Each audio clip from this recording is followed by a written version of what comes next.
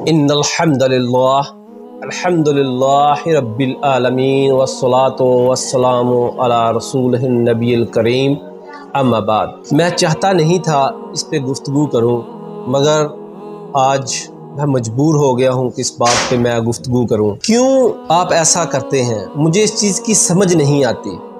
کیا آپ جو بھی باتیں کر رہے ہیں وہ اپنے آپ میں کرتے ہیں؟ آپ جو قصے کہانیاں سناتے ہیں وہ خود سے سنا دیتے ہیں، اس لیے تو آپ ابھی یہ بات کرنی شروع ہو گئے ہیں کہ ہم کو یہ لوگ ہم سے حوالہ مانگنے لگے ہیں۔ کیوں آپ ایسی باتیں کرتے ہیں؟ اگر کوئی بھی آدمی حوالہ مانگتا ہے تو آپ کو تو خوشی ہونی چاہیے کہ آپ کی تبلیغ کی وجہ سے آج وہ اس قابل ہو گیا ہے کہ وہ خود پڑھنا چاہتا ہے، وہ خود جاننا چاہتا ہے، وہ خود سمجھنا چاہتا ہے۔ یا یہی تھا کہ بس آپ بولیں اس کو وہ اندھے اور بہروں کی طرح سنتے رہیں، اس میں کچھ عمل نہ کریں؟ بس آپ قصے کہانیاں ہی سنانا چاہتے ہیں کہ جس کا حوالہ کوئی نہیں ہے آپ کے پاس؟ ایسا ہرگز نہ کریں۔ میری مدبانہ گزارش ہے آپ لوگوں سے، اگر کوئی آپ سے حوالہ پوچھتا ہے تو بخوبی خوش ہو کر اس کو حوالہ پیش کیا کریں اور قصے کہانیاں چھوڑ دیں۔ اسی وجہ سے تو آپ لوگ حوالہ نہیں دے سکتے، اور ابھی آپ کہتے ہیں کہ ہمارے لوگوں نے بھی حوالہ مانگنا شروع کر دیا ہے۔ ایسا ہرگز نہیں کرنا چاہیے۔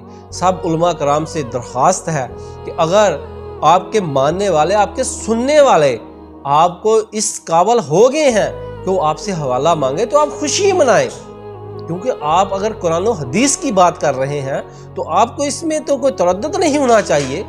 آپ کتاب ان کے آگے رکھیں، بھائی یہ ہے حوالہ ہماری بات کا، تو ساتھ آپ اس کی بجائے کہ آپ اس کو کتاب دے دیں، حدیث مبارکہ دے دیں، آیت مبارکہ پڑھ کے سنائیں، یا اس کو بولے بھائی قرآن پاک لے کے آؤ، یہ اس کا ترجمہ یہ ہے، اس کی تفسیر یہ ہے، آپ نے یہ کہنا شروع کر دیا ہے کہ آج کل لوگ ہم سے بھی حوالہ مانگنا شروع کر دیے ہیں۔ ہاں، حوالہ تو لوگ مانگیں گے نا، کیوں نہ مانگیں؟ ان کا حق ہے کہ جو وہ سن رہے ہیں، جس پہ ہم اس کو بول رہے ہیں یہ عمل کرو، وہ کہاں ہے؟ کیوں عمل کریں؟ وہ حدیث بھی ہے کہ نہیں ہے؟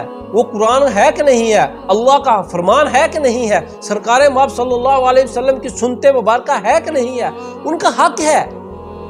کیوں وہ اندھے بہروں کی طرح تلقین کریں؟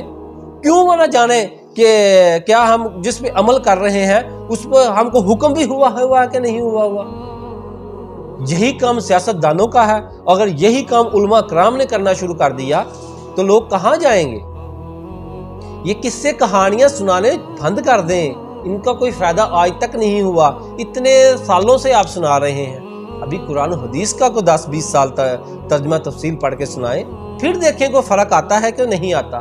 اگر تو پھر بھی فرق نہ آیا تو پھر اپنی اصلاح کی کوشش کریں۔ اگر کوئی فرق آ گیا تو سمجھیں کہ اصل ضرورت اس چیز کی تھی، اصل ضرورت جو تھی وہ قرآن و حدیث کی تھی۔ قصے کہانیوں میں کیا رکھا ہے؟ آج نہیں تو کل یہ تو فلاپ ہو جانے ہیں، لوگ سمجھ ہی جائیں گے یہ کہانیاں ہیں، یہ من گڑت باتیں ہیں۔ اس سے کیا ثابت کرنا چاہتے ہیں؟ ثابت کرنا ہے تو سرکار دو عالم صلی اللہ علیہ وسلم کے فرمان سے ثابت ہوگا، اللہ کے احکام سے ثابت ہوگا۔ جو بھی ثابت ہوگا، قصے اور کہانیوں سے کچھ نہیں ملے گا، نہ آپ کو، نہ ہم کو، اور نہ ان لوگوں کو۔ اور غصہ کرنے کی بجائے اس پہ غور و فکر کریں، تدبر کریں، کوشش کریں کہ ہم اللہ اور اللہ کے احکام کی طرف لوگوں کو بلائیں گے، نہ کہ دوسری طرف۔ آج آپ بخوبی غور کریں، جن بزرگان دین کے آپ قصے سناتے ہیں، کیا انہوں نے بھی کچھ لکھا ہے اس بارے میں؟ کیا انہوں نے بھی کچھ کہا ہے؟ یا دوسرے لوگوں کی بنی بنائی باتیں آپ دوسری طرف منسلک کر رہے ہیں؟ آپ خود سوچیں کہ آپ کر کیا رہے ہیں؟ آپ دجال کی راہ ہموار کر رہے ہیں کہ فلاں بابے نے ایسے کر دیا تھا، تو وہ دجال جو آئے گا، وہ جو دجال کافر آئے گا، وہ تو بارشیں بھی برسائے گا، زندہ کو مردہ کرے گا، بنجر زمین سے فصلیں اگائے گا، جہاں چاہے گا وہ بارش اگا دے گا، جس کو چاہے گا وہ مار دے گا، جس کو چاہے گا وہ زندہ کرے گا۔ پھر اس کی کرامات یہ بتاؤ گے؟ جب لوگ پہلے سے ہی تیار ہوں گے تو لوگ اس کی کرامات مان کے اس کے پیچھے نہ لگ جائیں گے۔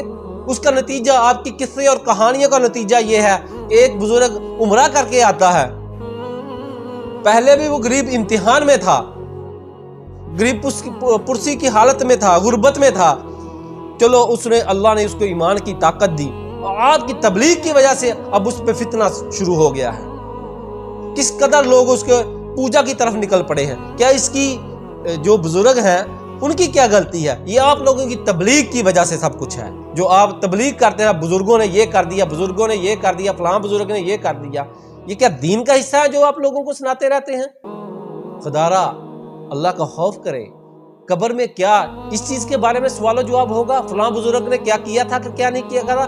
جب میرے بارے میں پوچھا جائے گا کہ تم زندگی کہاں گزار کے آئے ہو، میرے بارے میں پوچھا جائے گا زندگی کہاں گزاری ہے، تو مجھے وہ بات بتائیں جس کا مجھ سے احتساب ہوگا، جس بارے میں مجھے پوچھا جائے گا مجھے وہ بات بتائیں، میرے وہ قصوں کہانیاں کے پیچھے مجھے نہ لگائیں جو مجھے کفر کی طرف لے کے جا رہے ہیں۔ کیا قبر میں مجھے یہ سوال پوچھا جائے گا؟ کیا سی باتیں کر رہے ہیں آپ لوگ؟ کچھ سوچئے، کچھ خیال کیجئے، جو میری زندگی کے کویسچن ہے مجھے وہ ان کے آنسر دین اور اللہ کے احکام کے مطابق بتائیے۔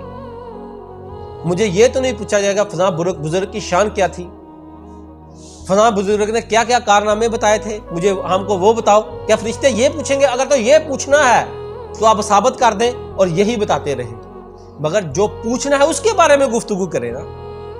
فلاں بڑھیا تھی وہ ایسے ہو گئی، فلاں بزرگ تھے وہ ایسے ہو گئے، فلاں ولی تھے، فلاں کون تھے، ان کا کوئی نام کچھ بھی نہیں ہے۔ کسی بزرگ نے کہا ہے کہ میرے بعد میری قبر پر جا کے قبر کے سجدے کرنا؟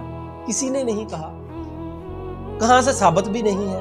ہاں احترام کرنا چاہیے، اولیاء اللہ کا ہم احترام کرتے ہیں، تہہ دل سے احترام کرتے ہیں، ان کی شان، ان کا مقام اپنی جگہ پہ مسترد ہے۔ علی اجویری رحمت اللہ علیہ کیا بزنس کے سلسلے میں یہاں آئے تھے؟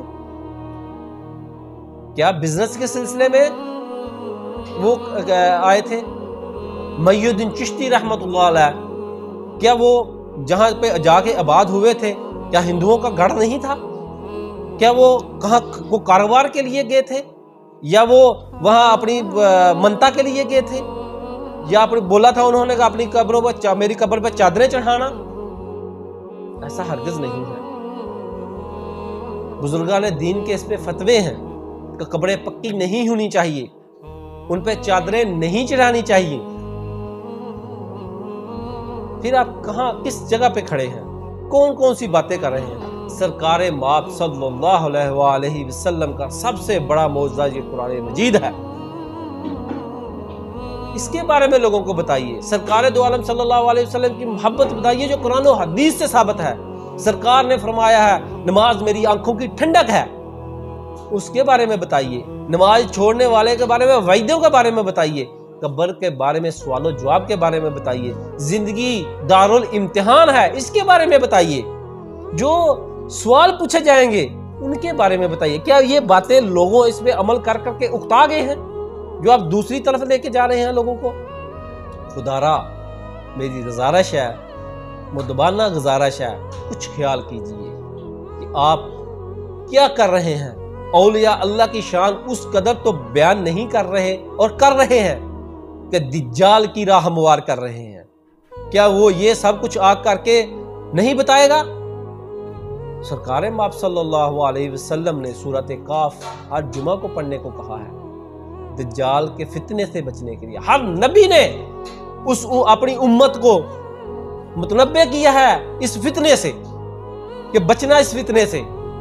سرکار دو عالم صلی اللہ علیہ وسلم نے متعدد بار بلکہ ہر نماز میں ترغیب دی ہے اس فتنے سے بچنے کی دعا کرو۔ تو آپ کیا یہ کرامات بتا کر ہم کو کس طرف لے کے جا رہے ہیں؟ ایک کشتی 12 سال بعد نکال دی، اگر اس کے ابھی دجال آگے ہم کو بارش برسا کر ضرورت بھی ہو قحط سالی میں وہ آئے گا تو فصلیں اگائے گا، تو کیا اس کو ماننے شروع کر دیں گے؟ آپ کر کیا رہے ہیں؟ جو تھوڑا سوچئے تو صحیح، کس ڈگر پہ آپ چلے ہوئے ہیں؟ اس تھوڑا سوچئے، غور و فکر کیجئے کہ آپ کس کی راہ ہموار کر رہے ہیں۔ اللہ رب العالمین ہم کو سمجھنے کی توفیق عطا فرمائے اور ہمیں اس پہ دین پہ استقامت نصیب فرمائے۔ وآخر دعوانا ان الحمدللہ رب العالمین۔